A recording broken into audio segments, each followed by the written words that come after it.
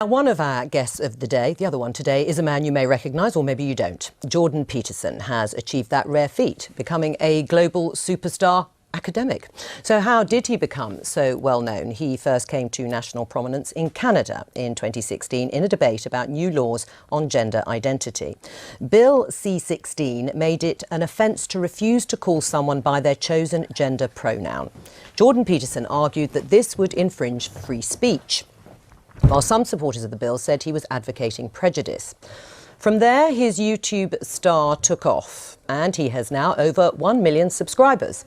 And his videos, where he talks everything from identity politics, which we've touched on, to the Bible, to Disney movies, have been viewed over 150 million times.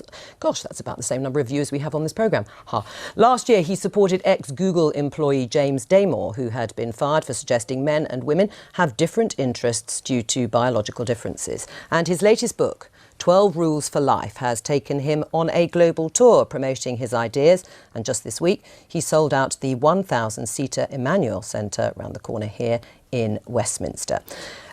So Jordan, you've done endless interviews, you've been publicising your book, and they've generated plenty of heated debate. No, I actually sold out the Apollo. It had 5,000 seats. All right, stop boasting. Do you think, though, because of the heat that has been generated, that your views have been misrepresented at times? Oh, definitely, but that's, that's part and parcel of the process. I did take a very forceful stance, let's say, against some of the excesses of the radical left-wingers, and it's in their best interest to paint me as somehow a figure of the extreme right, because then I don't have to be contended with. But, I mean, it's easy for people's views to be oversimplified in a very large public debate. I mean, in terms of some of the issues, I mean, you say you've been painted as an extreme right-winger. No, some people have tried that. Not very successfully, but they've tried it. And you came to prominence in part over your opposition to this law that we just talked about in Canada, proposing the use of preferred pronouns for transgender people.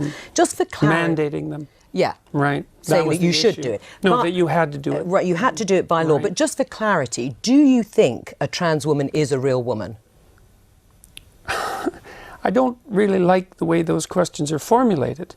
I don't know what that means. What do you mean a real woman? Well, I'm asking you, in your mind, it depends what you think a real woman is, but do you think a trans woman is a woman? No.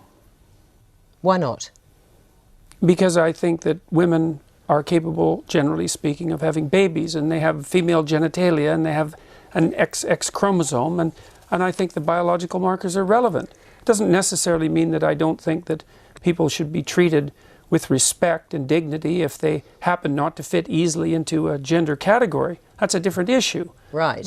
But it's a matter of definition. And I actually think it's a foolish argument in some sense. Because what do you mean by real? Well, I mean, you've just clarified that, though. You don't think that a trans woman is a woman. And do you think that that is what is behind or explains your opposition to this idea of a law mandating you to use a preferred pronoun, is because you don't actually believe that that's the truth, that a trans woman is a woman, and therefore you can't use that pronoun? No, that's not my argument at all. Really?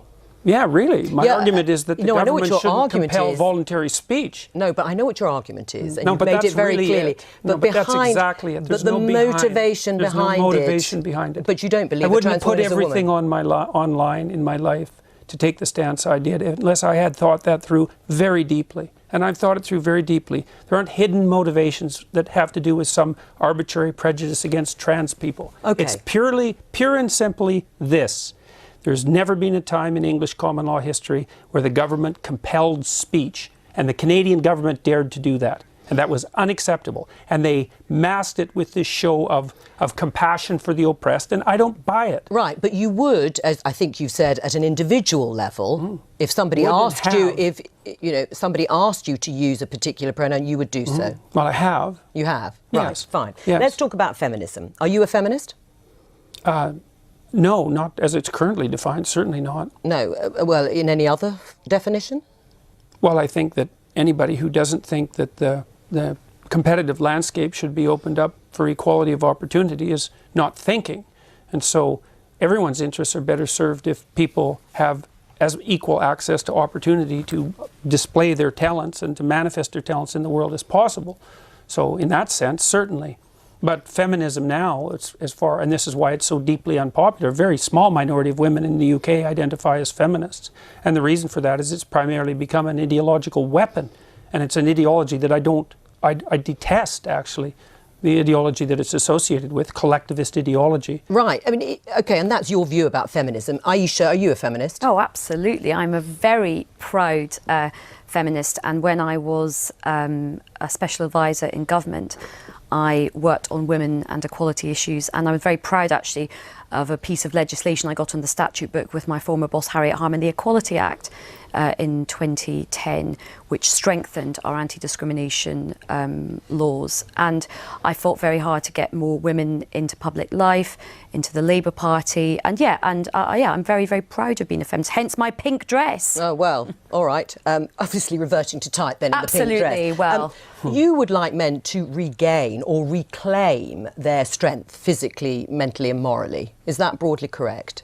I would say morally, fundamentally, but I think the other things go along with that. Right, and if that But it isn't men precisely who I'm speaking to. It's people. I'm a clinical psychologist. I'm actually interested in individuals, and I'm interested in their fortification against tragedy. You know, every time I do an interview, the interview is always political. It's always political. Well, the clue is in the title of this programme. We are the Daily Politics. No, fair enough. No, look, fair enough. And I'm not casting aspersions at this programme, but the fundamental news that's important about what I'm doing isn't the political element. And the people who talk to me don't talk politically. They say they've watched my lectures. But part of it is that I think for a lot of people the kind of personal does become the political. Or the political becomes the personal. Yeah, and I think in terms of in this situation, a lot of people are wrong, because primarily what's happening is people are watching my lectures, and as a consequence, their lives are improving dramatically. Oh, I'm sure they are. I'm sure people are have had a huge conversion after, and they're much happier once they've been. It's not a conversion. But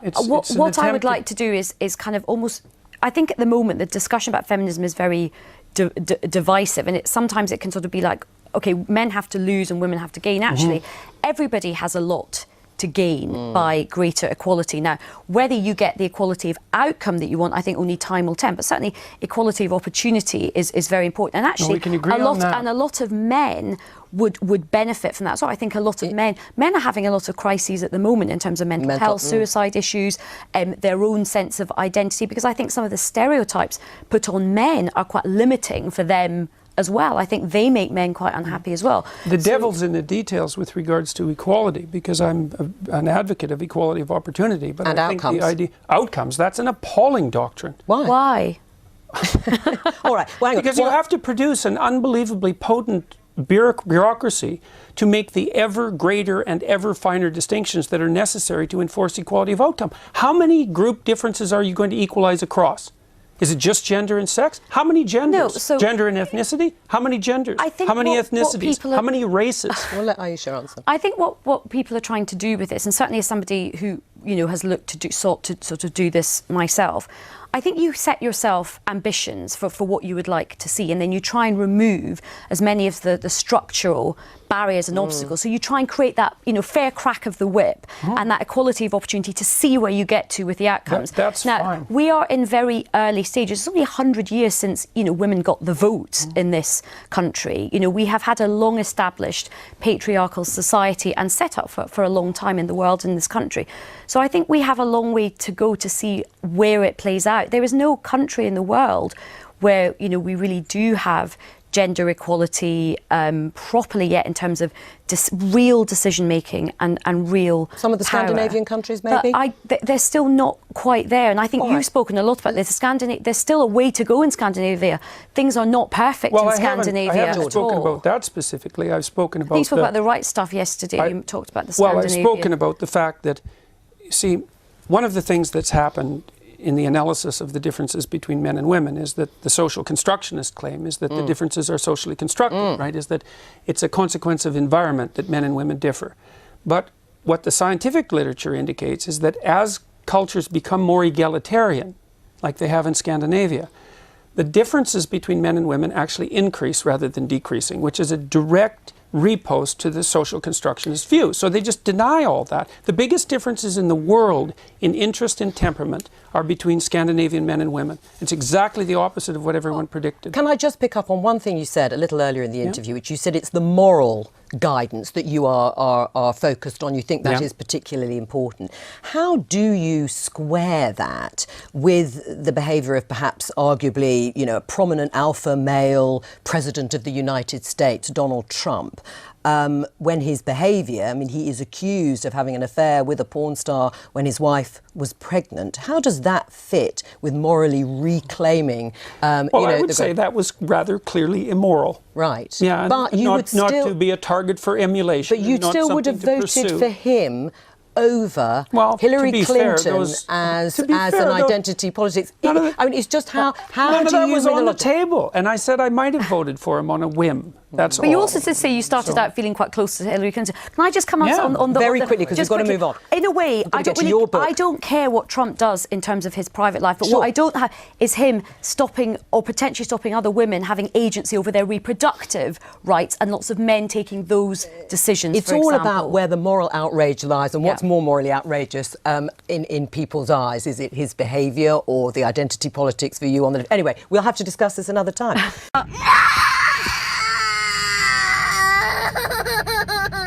Jace, what do you think?